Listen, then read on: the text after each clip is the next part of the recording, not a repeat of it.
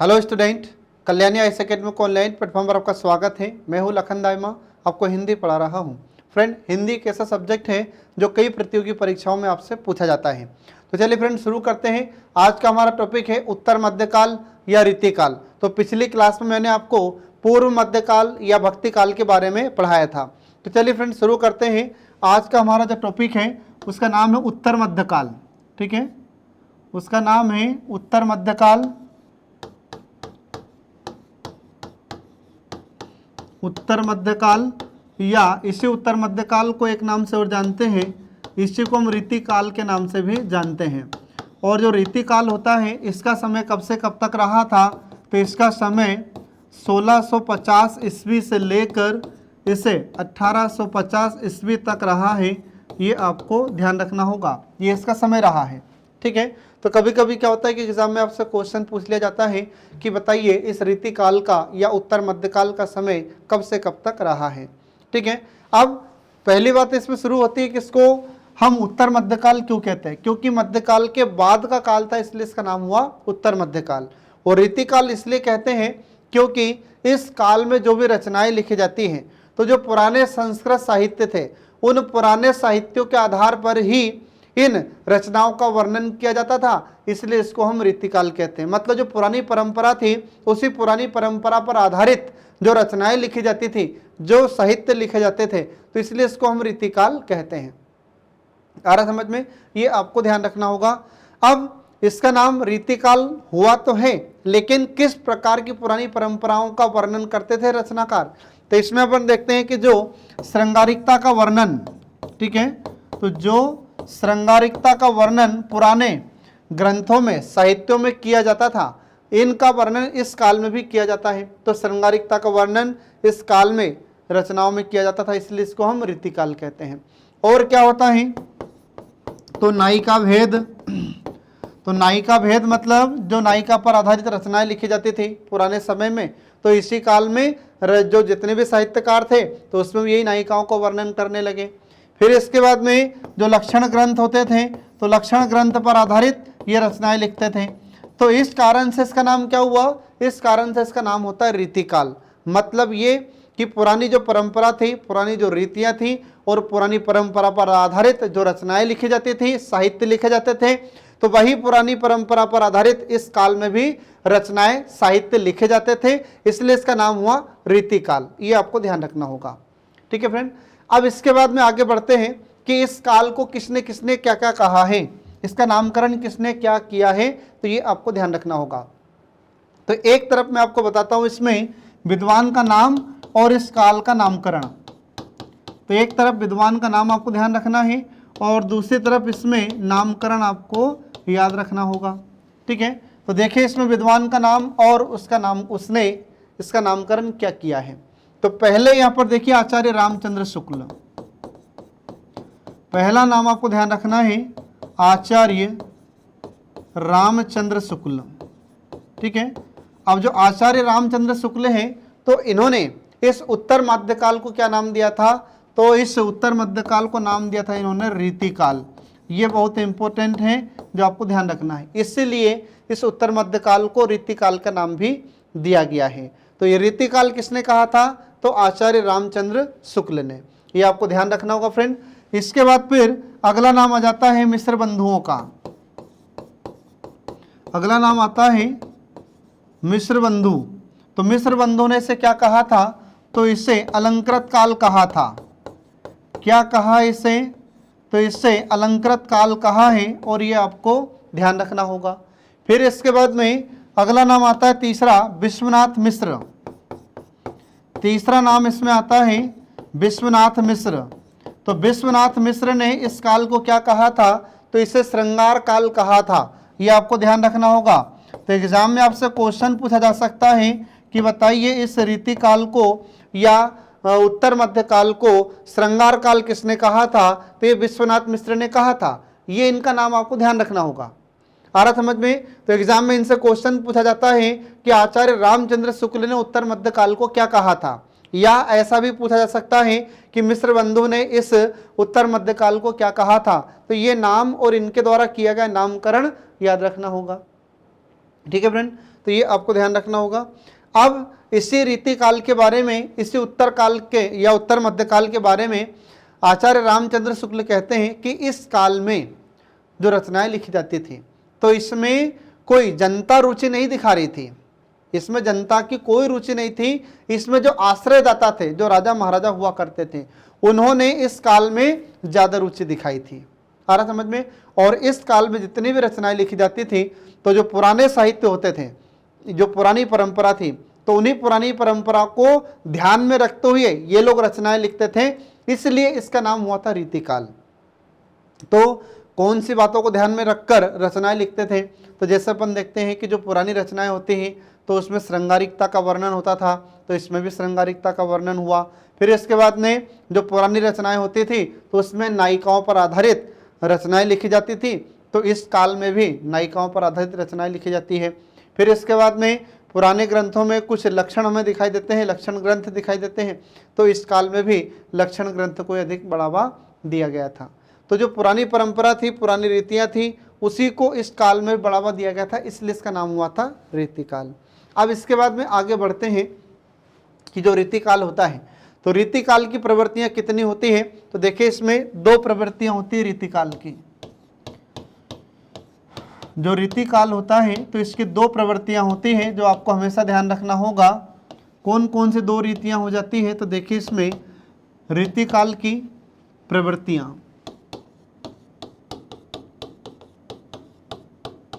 तो रीतिकाल की दो प्रवृत्तियां फ्रेंड जो आपको ध्यान रखना होगा। तो पहली प्रवृत्ति का नाम आपको ध्यान रखना है रीति निरूपण। ठीक है, पहली प्रवृत्ति का नाम क्या होता है? रीति निरूपण। और दूसरी का नाम हो जाता है श्रृंगारिकता। ये आपको ध्यान रखना है।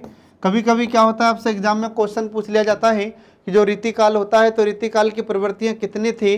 तो रीतिकाल की दो प्रवृत्तियां होती है, एक होती है रीति निरूपण और दूसरी होती है श्रृंगारिकता। ये दो प्रकार की प्रवृत्तियां होती हैं। तो पहले हम आपको बताएंगे रीति निरूपण के बारे में, फिर उसके बाद में आगे पढ़ाएंगे हम श्रृंगारिकता के बारे में। ठीक है, तो देखिए इसमें पहले शुरू करते हैं रीति निरूपण। तो पहला इसमें देखिए रीति निरूपण, रीति निरूपण।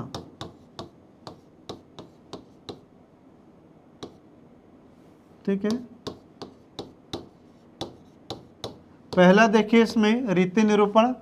और जो रीति निरूपण होता है तो इसमें भी हम देखते हैं कि जो पुरानी परंपराएं थी उसी को बढ़ावा दिया जा रहा था रचनाओं को लिखने में। तो इसी आधार पर फिर हम देखते हैं जो रीति निरूपण होता है तो इसको फिर से दो भागों में बांट दिया जाता है। तो कौन कौन से इसके दो भाग हो जाते हैं? तो देखिए इसमें कि जो रीति निरूपण होता है इसको दो भाग में डिवाइड कर दिया जाता है, जिसमें पहला भाग क्या हो जाता है? तो इसको अंगों के आधार पर दो भागों में बांटा गया था। तो जो रीति निरूपण होता है तो इसको अंग के आधार पर दो भागों में बांटा गया है। अंग के आधार पर इसे दो भागों में बांटा गया है। तो इसके दो अंग कौन कौन से हो जाते हैं? तो एक तो आपको ध्यान रखना है कि सर्वांग विवेचन, पहला हो जाता है सर्वांग विवेचन और दूसरा हो जाता है विशिष्टांग विवेचन। विशिष्टांग विवेचन, ये आपको ध्यान रखना होगा।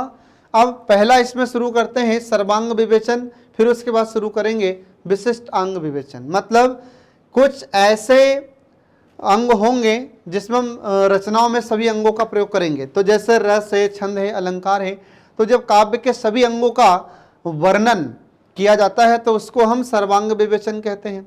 ठीक है, और अगर कुछ विशिष्ट अंगों का प्रयोग किया जाएगा तो उसे हम विशिष्ट अंग विवेचन कहते हैं। तो ये आपको ध्यान रखना होगा।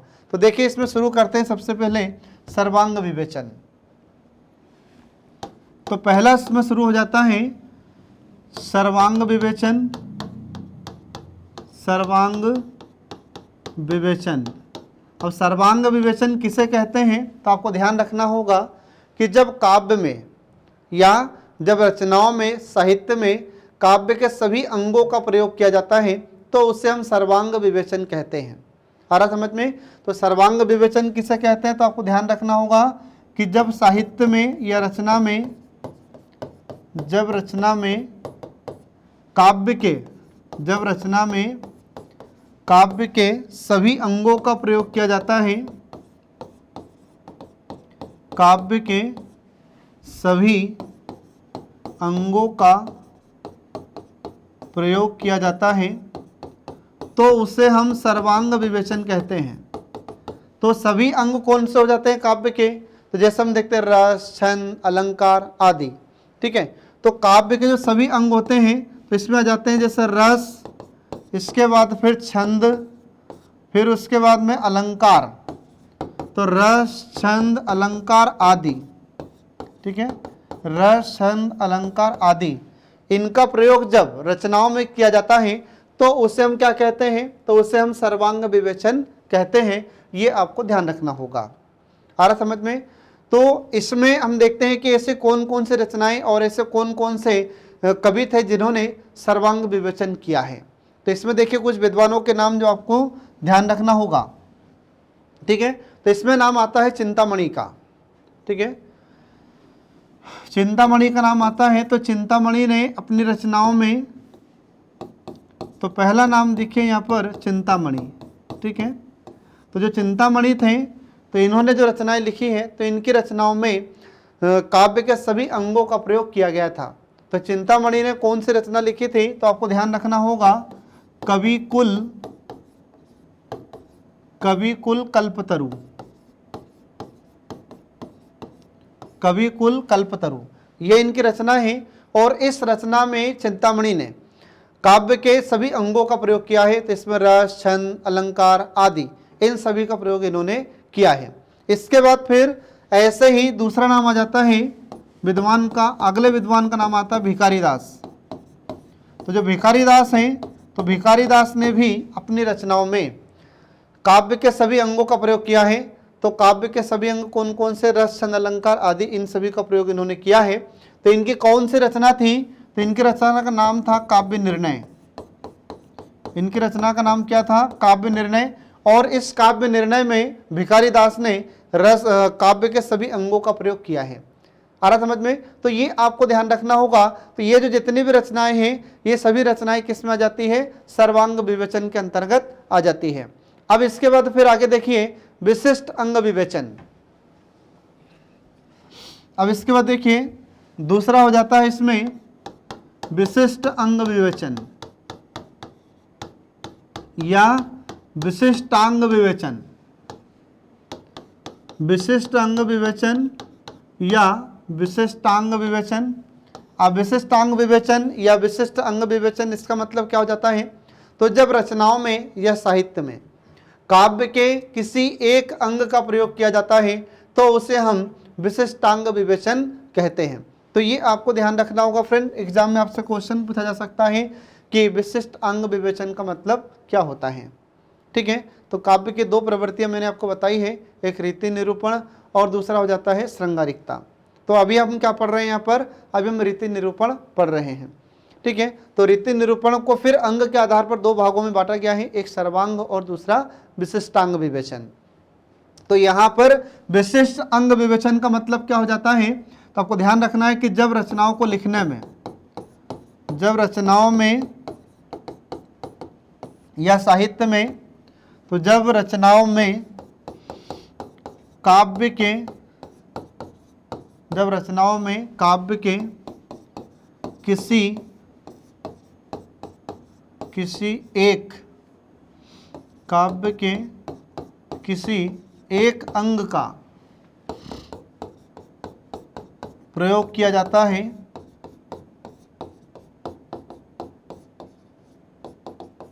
ठीक है, तो उसे हम विशिष्टांग विवेचन कहते हैं। इसका मतलब क्या हुआ?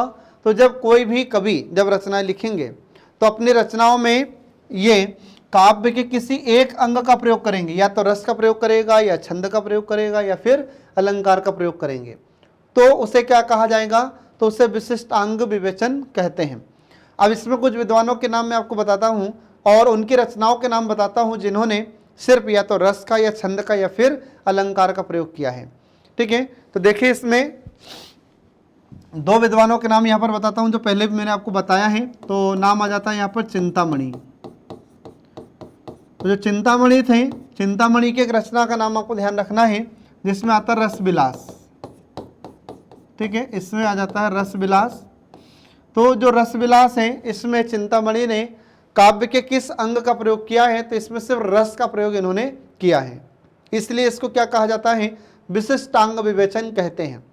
इसके बाद फिर ऐसे ही दूसरा नाम आता है यहाँ पर भिखारी दास का, भिखारी दास।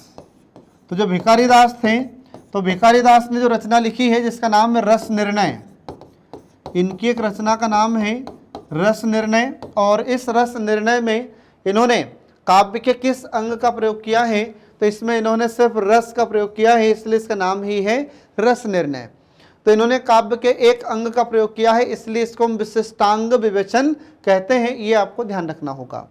ठीक है फ्रेंड, तो इस प्रकार से हम देखते हैं कि यहाँ पर जो रीति निरूपण होता है, जिसको हमने अंग के आधार पर दो भागों में इसको बांटा था, एक सर्वांग होता है, दूसरा विशिष्टांग विवेचन होता है। तो ये यहाँ पर विशिष्टांग विवेचन भी समाप्त हो जाता है, ये आपको ध्यान रखना होगा।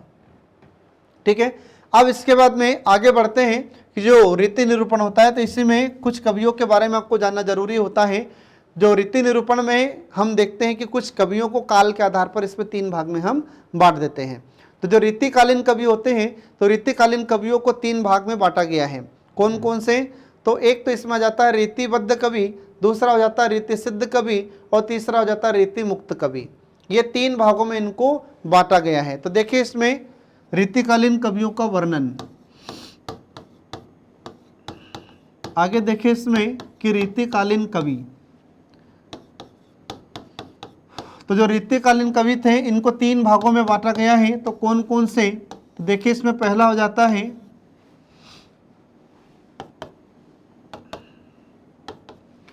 पहला, इसमें आपको ध्यान रखना है रीतिबद्ध कवि, पहला नाम आ जाता है यहाँ पर रीतिबद्ध कवि। दूसरा हो जाता है रीति सिद्ध कवि, रीति सिद्ध कवि, और तीसरा हो जाता है यहाँ पर रीति मुक्त कवि, रीति मुक्त कवि। तो ये आपको ध्यान रखना होगा। तो एग्जाम में अगर आपसे क्वेश्चन पूछा जाता है कि जो रीतिकालीन कवि होते हैं तो उनको कितने भागों में बांटा गया है, तो उसके तीन भाग आपको ध्यान रखना होगा। एक तो हो जाता है रीतिबद्ध कवि, दूसरा हो जाता है रीति सिद्ध कवि, और तीसरा हो जाते हैं रीति मुक्त कवि। ये तीनों के नाम आपको ध्यान रखना होगा। तो इसमें आपको हम पहले बताते हैं कि रीतिबद्ध कवि। तो रीतिबद्ध कवि क्या होता है, ये देखिए इसमें, तो पहला हो जाता है यहाँ पर रीतिबद्ध कवि। अब रीतिबद्ध कवि का मतलब क्या हो जाता है, तो यहाँ पर इनके नाम में ही इसका अर्थ छुपा हुआ है कि रीतिबद्ध कवि किसे कहते हैं। ठीक है, तो रीति का मतलब तो रीति हो जाता है, और बद्ध मतलब बंधा हुआ है। तो जो पुरानी रीति थी, जो पुरानी परंपरा थी, उसी के आधार पर जब ये लोग रचनाएं लिखते थे, तो ऐसे कवियों को रीतिबद्ध कवि कहते हैं। आ रहा समझ में, मतलब जो पुरानी परंपरा थी रचनाएं लिखने की, तो पुरानी परंपरा को प्रत्यक्ष रूप से ध्यान में रखते हुए रचनाएं लिखते थे, तो ऐसे कवियों को हम क्या कहते हैं, रीतिबद्ध कवि कहते हैं। तो ये आपको ध्यान रखना होगा। ठीक है, इसमें क्या होता है कि इस काल के जो कवि थे, तो अपनी रचनाओं में ये ध्यान रखना होगा आपको कि रचनाओं में रीति या परंपरा का निर्वाह, रीति या परंपरा का निर्वाह प्रत्यक्ष रूप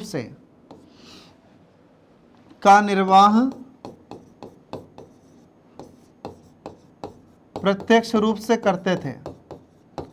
तो इसलिए क्या कहा जाता है इसको, इसलिए इसको रीतिबद्ध कवि कहते हैं। तो आपको ध्यान रखना होगा जो रीतिबद्ध कवि होते हैं ये क्या करते थे, तो जो पुरानी परंपरा होती है या जो भी पुरानी रीति थी उसको प्रत्यक्ष रूप से अपनी रचनाओं में उसका उपयोग करते थे, या उसको ध्यान में रखते हुए रचनाएं लिखते थे, तो उसको हम कहते हैं रीतिबद्ध कवि। ठीक है, अब पुरानी परंपरा कैसी थी या पुरानी रीति कैसी थी, तो जो मैं आपको पहले बता चुका हूँ कि जब पुरानी रचनाएं होती थी तो पुरानी रचनाओं में श्रृंगारिकता का वर्णन करते थे, नायिकाओं का वर्णन करते थे। तो ठीक ऐसे इस काल में भी जो कवि होते थे तो इस काल के जितने भी कवि थे ये सब अपनी रचना में श्रृंगारिकता का वर्णन करते थे, फिर इसके बाद में नायिका का वर्णन करते थे। तो ऐसे जो कवि होते थे जो रीति से बद्ध होकर, रीति से बंधे हुए थे, उसको हम कहते हैं रीतिबद्ध कवि। अब ये रीतिबद्ध कवि कौन कौन से थे, तो इनके कुछ नाम आपको ध्यान रखना होगा। तो देखिए इसमें किस किस का नाम आ जाता है, तो इसमें कुछ कवियों के नाम मैं आपको बताता हूँ यहाँ पर। जैसे पहला नाम आ जाता है चिंतामणि का। जो चिंतामणि थे ये किस प्रकार के कवि थे, तो ये इसमें आ जाते हैं रीतिबद्ध कवि में। फिर इसके बाद में दूसरे नाम आपको ध्यान रखना है यहाँ पर केशवदास का नाम, तो केशवदास भी इसमें आ जाते हैं। फिर इसके बाद में पद्माकर भी इसमें आ जाते हैं, तो पद्माकर भी ये किस प्रकार के कवि थे, तो ये तीनों जो कवि थे, और भी हैं बहुत सारे, तो ये जो तीनों कवि हैं ये किस प्रकार के हैं, ये रीतिबद्ध कवि हैं। तो इनमें प्रमुख ये तीनों हैं जो आपको ध्यान रखना होगा। ज़्यादा तो इसमें इम्पोर्टेंट नाम आता है केशवदास का और चिंतामणि का, ठीक है, और पद्माकर का। ये तीनों लोग इसमें इम्पोर्टेंट हैं और ये तीनों ही रीतिबद्ध कवि हैं। आ रहा समझ में, ये आपको ध्यान रखना होगा फ्रेंड, एग्जाम में आपसे क्वेश्चन पूछा जाता है। अब इनकी रचनाएं कौन कौन सी हैं, तो यहाँ पर मैं रचनाएं, जैसे चिंतामणि, तो इनकी रचना का नाम है कवि कुल कल्पतरु, और इसके बाद फिर रस विलास इनकी रचना होती है। फिर जो केशवदास होते हैं तो इनकी कुछ रचनाएं होती हैं, जैसे अपन देखते हैं कि केशवदास की रचना होती है रामचंद्रिका, ठीक है। फिर इसके बाद में पद्माकर की कुछ रचनाएं होती हैं, ठीक है। ये सब मैं आपको आगे और बताने वाला हूँ। जैसे हिम्मत बहादुर बिरदावली, ये इसके पद्माकर की रचना का नाम होता है। अब इसके बाद फिर अगला देखिए इसमें रीति सिद्ध कवि। तो यहाँ पर ये जो बताए नाम मैंने आपको, ये सभी किस प्रकार के कवि थे, ये रीतिबद्ध कवि थे, मतलब रीति से बंधे हुए थे, रीति को ध्यान में रखकर, परंपरा को ध्यान में रखकर अपनी रचनाएं लिखते थे। अब इसके बाद देखिए दूसरा, तो जो दूसरे कवि होते थे रीतिकालीन कवि, तो दूसरे रीतिकालीन कवियों में नाम आता है रीति सिद्ध कवि।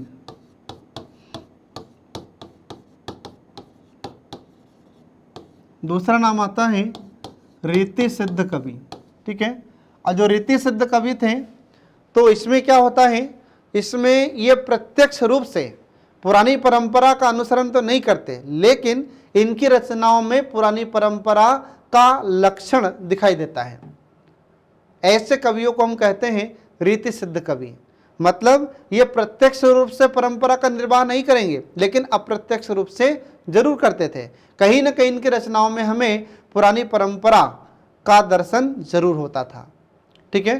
तो इसलिए इनको रीति सिद्ध कवि कहते हैं। तो इसमें ध्यान रखना है आपको कि इसको अपन कैसे लिखेंगे, तो रचनाओं में, ठीक है, इनकी रचनाओं में जो परंपरा थी या रीति थी, ठीक है, इनकी रचनाओं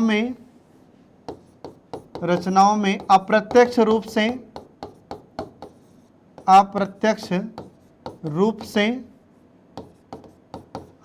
रूप से परंपरा का या रीति का निर्वाह किया गया था। अप्रत्यक्ष रूप से परंपरा का निर्वाह किया गया था, ठीक है। तो इसमें आपको ध्यान रखना होगा। मतलब कहने का ये है कि इसमें भी जो पुरानी परंपरा थी, मतलब श्रृंगारिकता थी, नायिका का वर्णन था, तो इसमें करते तो थे, लेकिन अप्रत्यक्ष रूप से नायिका का वर्णन करते थे, अप्रत्यक्ष रूप से श्रृंगारिकता का वर्णन करते थे। तो इसलिए इसको क्या कहा जाता है, इसलिए इसको रीति सिद्ध कवि कहते हैं। तो इन रीति सिद्ध कवियों में किसको किसको रखा जाता है, तो रीति सिद्ध कवियों में नाम आता है, जैसे आपको ध्यान रखना है बिहारी का, बिहारी, और इसके बाद रसनिधि, ये इनके नाम आते हैं जो आपको ध्यान रखना होगा। तो ये दो ऐसे विद्वान थे जो रीति सिद्ध कवियों के अंतर्गत इनका नाम आता है, ठीक है।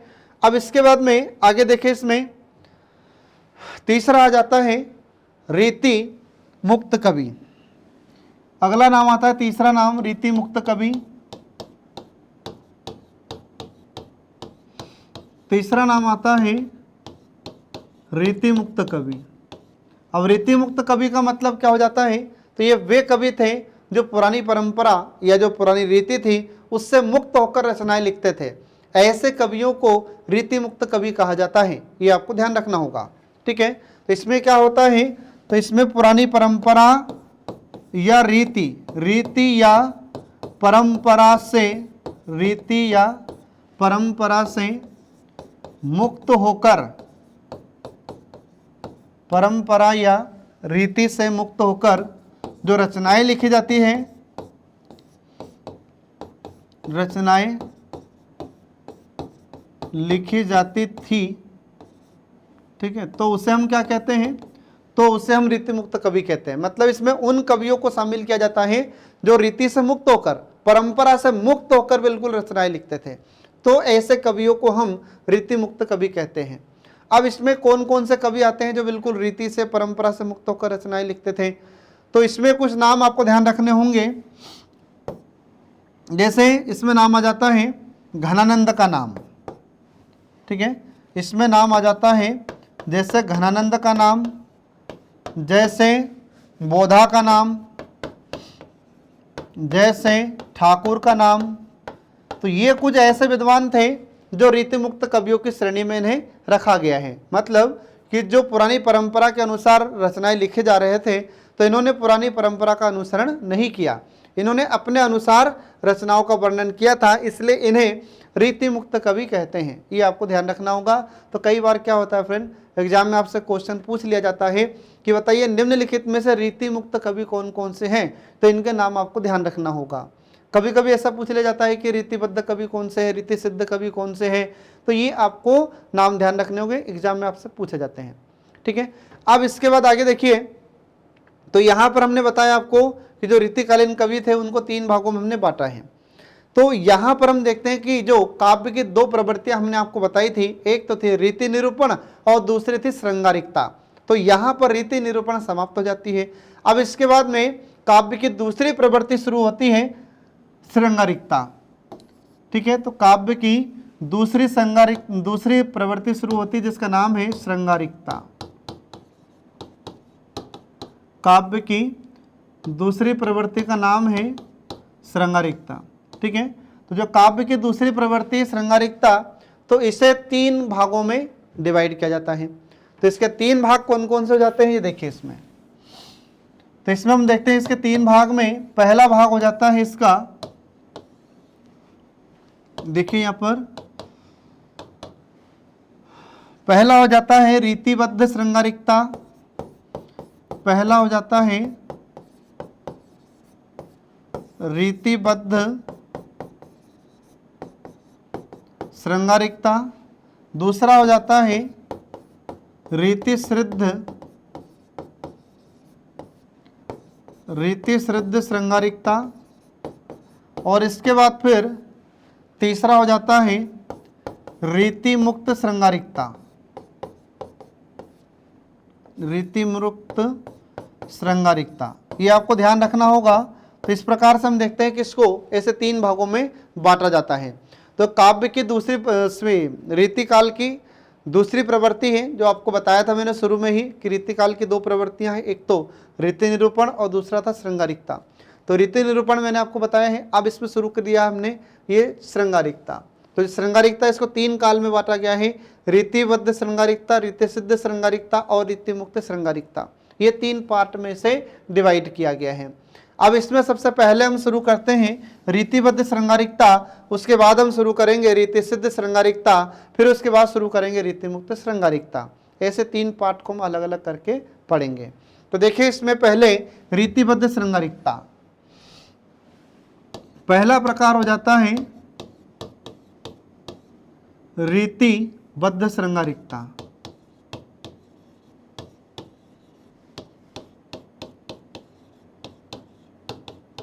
रीतिबद्ध श्रृंगारिकता।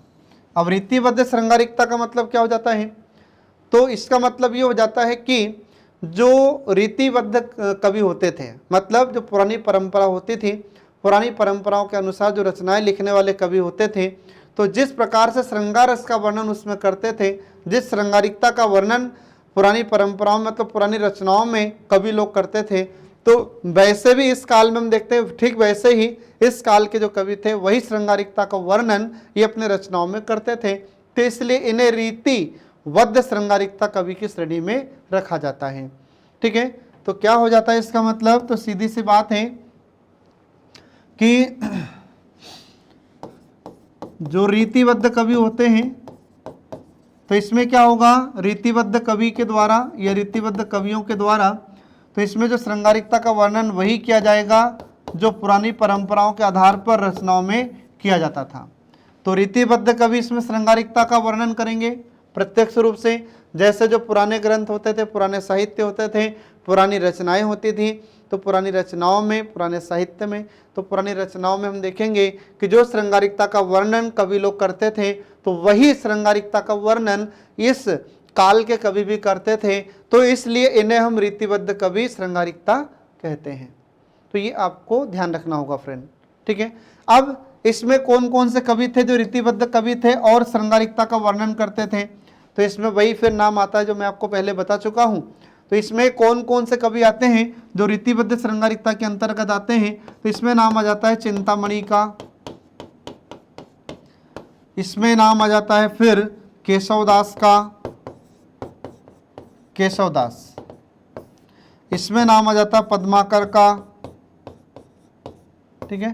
तो ये कुछ ऐसे विद्वान थे, कुछ ऐसे ये कवि थे जिन्होंने अपनी रचनाओं में किसका वर्णन किया था, श्रृंगारिकता का। तो इसलिए इन्हें किस में रखा गया है, तो इसलिए इन्हें रीतिबद्ध श्रृंगारिकता में रखा गया है, ये आपको ध्यान रखना होगा। तो एग्जाम में क्वेश्चन कैसे पूछेगा, तो एग्जाम में आपसे क्वेश्चन पूछा जाएगा कि बताइए कि जो रीति काल होता है तो रीति काल की दूसरी प्रवृत्ति श्रृंगारिकता होती है, इसके कितने प्रकार होते हैं, तो इसके 3 प्रकार आपको ध्यान रखना होगा। तो पहला प्रकार हम आपको बता रहे हैं यहाँ पर रीतिबद्ध श्रृंगारिकता। इसमें क्वेश्चन कैसे पूछा जाएगा, तो आपसे पूछा जाएगा कि रीतिबद्ध श्रृंगारिकता के अंतर्गत कौन कौन से कवि आते हैं, तो इनके नाम आपको ध्यान रखना होगा। तो जो उधर रीतिबद्ध कवि में थे कवि, वही कवि यहाँ पर रीतिबद्ध श्रृंगारिकता में भी आते हैं, ज़्यादा टेंशन नहीं लेना है आपको। आ रहा समझ में, बस एक शब्द इसमें ध्यान रखना है कि जिस प्रकार से श्रृंगारस में वर्णन करते थे वही श्रृंगारिकता का वर्णन इस काल में लोग करते थे, तो इसलिए इसका नाम क्या हो गया, रीतिबद्ध श्रृंगारिकता हो जाता है। फिर इसके बाद में अगला देखिए, इसमें दूसरा प्रकार, तो दूसरा प्रकार इसमें हो जाता है रीति सिद्ध श्रृंगारिकता।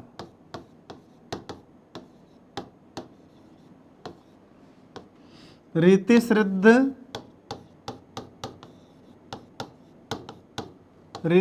श्रृंगारिकता।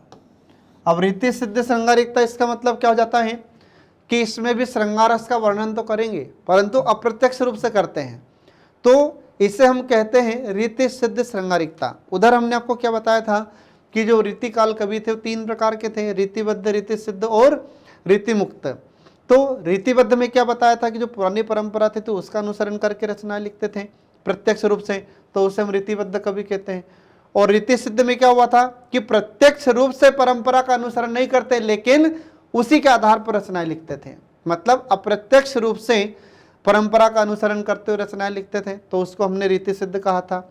ठीक उसी प्रकार यहां पर भी है कि जो रीति सिद्ध श्रृंगारिकता है कि इसमें प्रत्यक्ष रूप से तो श्रृंगारिकता का वर्णन नहीं मिलता लेकिन अप्रत्यक्ष रूप से इसमें श्रृंगारिकता का वर्णन किया जाता है रचनाओं में, तो इसलिए इसे रीति सिद्ध श्रृंगारिकता हम कहते हैं। आ रहा समझ में, तो ये आपको ध्यान रखना होगा, अप्रत्यक्ष रूप से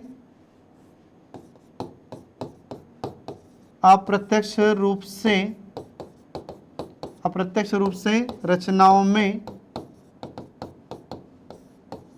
अप्रत्यक्ष रूप से रचनाओं में श्रृंगारिकता का वर्णन किया जाता है, श्रृंगारिकता का वर्णन किया जाता है, तो उससे हम क्या कहते हैं, तो उसे रीति सिद्ध श्रृंगारिकता कहते हैं। अब ये कौन कौन से कवियों को इसमें शामिल किया गया है जो अप्रत्यक्ष रूप से अपनी रचनाओं में इस श्रृंगारिकता का वर्णन करते हैं, तो इसमें कुछ विद्वानों के नाम आपको ध्यान रखना है। जैसे जो उधर थे वो इधर आ जाएंगे, तो उधर मतलब जो रीति सिद्ध कवि थे वही के वही कवि यहाँ पर भी आएंगे, कोई परिवर्तन नहीं होगा। जैसे बिहारी का नाम आता है, बिहारी, फिर इसके बाद में रसनिधि का नाम आता है। तो ये जो इसमें विद्वान होते हैं, जो कवि थे, इन्होंने इसका वर्णन किया था। किसका? रीति सिद्ध श्रृंगारिकता का उपयोग किया था अपनी रचनाओं को लिखने में। तो ये आपको ध्यान रखना होगा।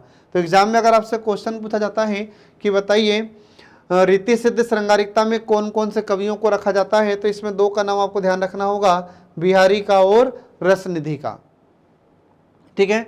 अब इसके बाद फिर अगला देखिए तीसरा, तो जो श्रृंगारिकता है, तो श्रृंगारिकता के 3 प्रकार मैंने आपको बताए थे। एक रीतिबद्ध श्रृंगारिकता, दूसरा होता है रीति सिद्ध श्रृंगारिकता और तीसरा हो जाता है रीति मुक्त श्रृंगारिकता। तो यहां पर हम देखते हैं तीसरा प्रकार, इसका तीसरा प्रकार, तो तीसरा प्रकार हो जाता है रीति मुक्त श्रृंगारिकता। तीसरा प्रकार हो जाता है रीति मुक्त श्रृंगारिकता। अब रीति मुक्त श्रृंगारिकता का मतलब क्या हो जाता है? इसका मतलब हो जाता है कि ये वे कवि होते थे जो रीति से मुक्त होकर श्रृंगार का उपयोग करते थे। मतलब ये प्रेम के सच्चे पीर होते थे। ठीक है, मतलब प्रेम पर आधारित ये रचनाएं बिल्कुल खुलकर लिखते थे। तो ऐसे कवियों को हम किस में रखते हैं? तो ऐसे कवियों को हम रीति मुक्त श्रृंगारिकता में रखते हैं। आ रहा समझ में? तो ये आपको ध्यान रखना होगा। मतलब क्या हो जाएगा कि रीति या परंपरा, ठीक है, रीति या परंपरा, परंपरा से मुक्त होकर, परंपरा से मुक्त होकर जो रचनाएं लिखी जाती हैं, होकर जो रचनाएं लिखी जाती थी, ठीक है, तो उसे हम रीति मुक्त श्रृंगारिकता कहते हैं। और इसमें क्या होने लगा फिर? तो इसमें प्रेम प्रसंग का वर्णन बिल्कुल खुलकर किया जाने लगा।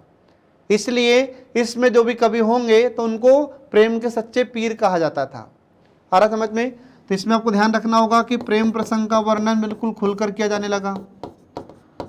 प्रेम प्रसंग का वर्णन इसमें किया जाता था और जो पुरानी परंपरा थी, पुरानी रीति थी, उससे मुक्त होकर रचनाएं लिखी जाने लगी।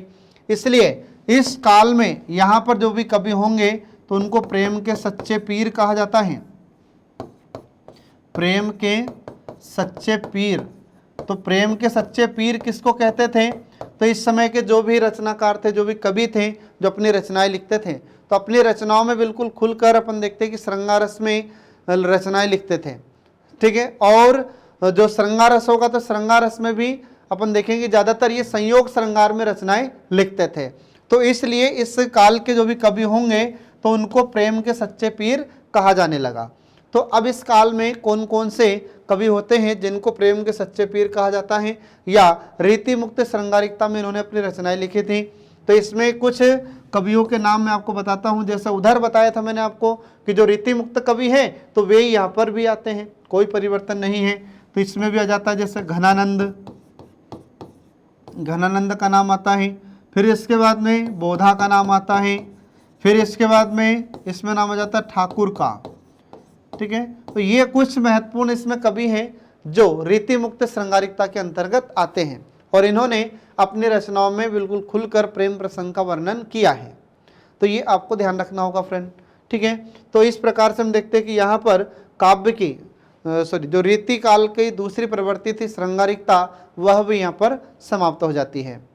ठीक है, अब इसमें जो रीति काल होगा तो रीति काल की विशेषताएं क्या क्या है, तो ये कुछ विशेषताएं मैं आपको बताता हूं। तो देखिए इसमें रीति काल की विशेषताएं, रीति काल की विशेषताएं।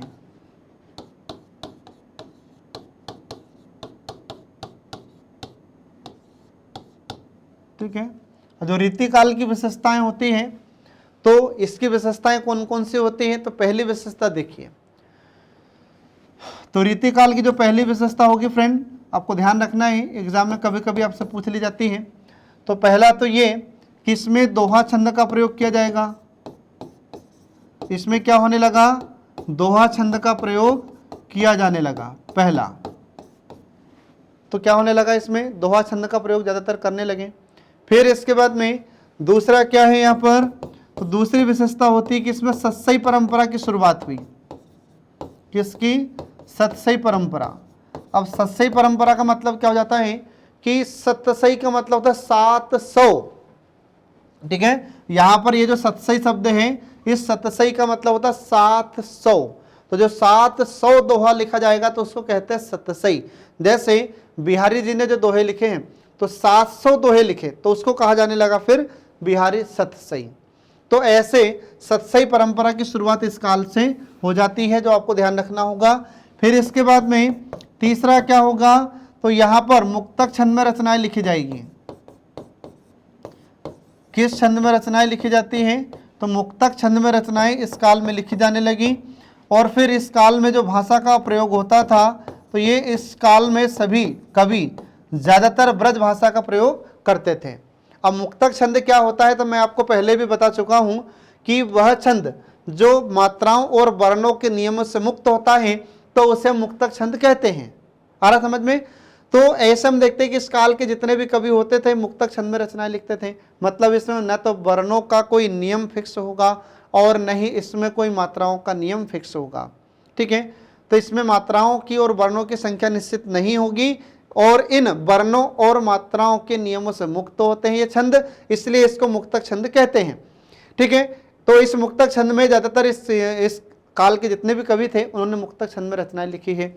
और इन्होंने अपनी रचनाओं में किस भाषा का प्रयोग किया है, तो इसमें इन्होंने ब्रज भाषा का प्रयोग किया है, ये आपको ध्यान रखना होगा।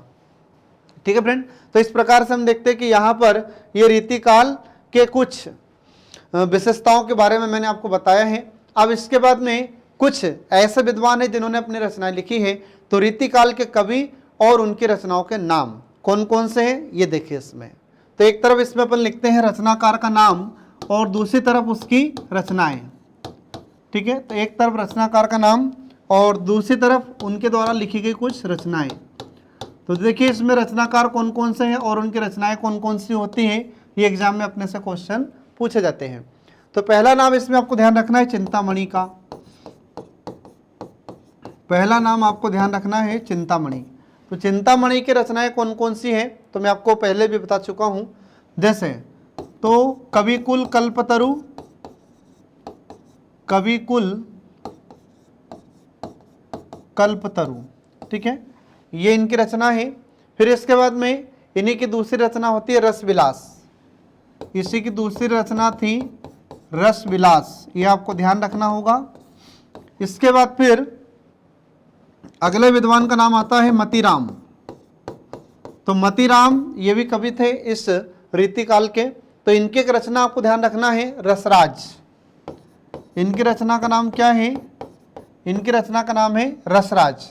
फिर इसके बाद में अगले इसी में कवि आते हैं, रीतिकाल के कवि का नाम आता है बोधा।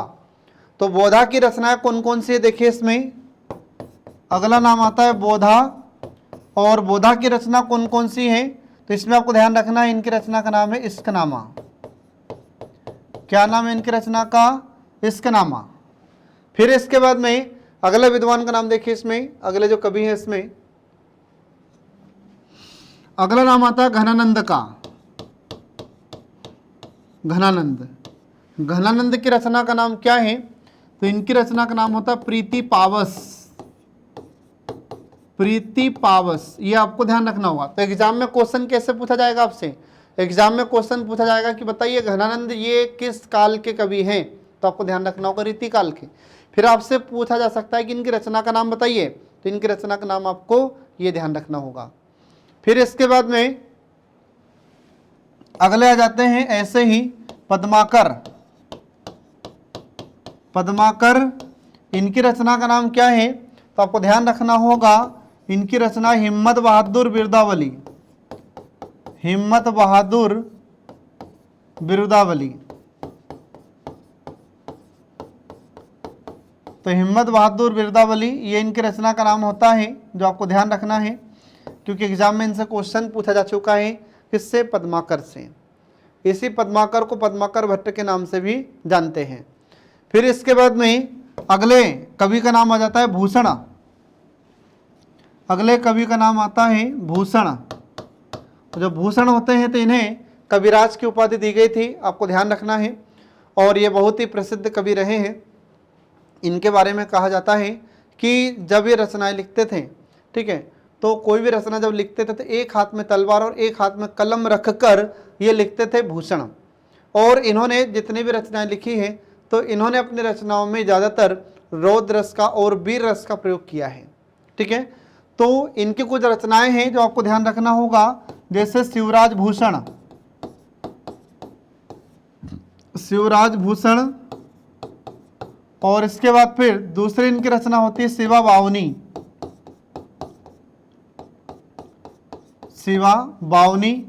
तो शिवराज भूषण, शिवा बावनी, और फिर इसके बाद में छत्रसाल दशक, अगली इनकी रचना होती है छत्रसाल दशक। ये कुछ इनकी रचनाएं हैं जो आपको ध्यान रखना होगा और एग्जाम में आपसे क्वेश्चन इसमें पूछे जाते हैं। ठीक है फ्रेंड, तो यहाँ पर कुछ महत्वपूर्ण कवियों के बारे में मैंने आपको बताया है जो रीतिकाल के महत्वपूर्ण कवि हैं और जिनकी रचनाएं आपसे एग्जाम में पूछी जा चुकी है और आगामी परीक्षाओं में पूछे जाने की संभावना है। ठीक है, अब इसके बाद में हम अगला जो काल होगा वह काल होगा आधुनिक काल। तो ये मैं आपको नेक्स्ट क्लास में पढ़ाऊंगा। तो इसी के साथ आज का हमारा सेशन समाप्त होता है। नेक्स्ट वीडियो जल्दी ही आपके लिए लेकर प्रस्तुत होंगे। तब तक के लिए पढ़ते रहिए, देखते रहिए कल्याणी IAS अकेडमी के सभी वीडियोस जो आपको प्रतियोगी परीक्षाओं में सफलता दिलाने में महत्वपूर्ण भूमिका निभाते हैं। Thanks for watching.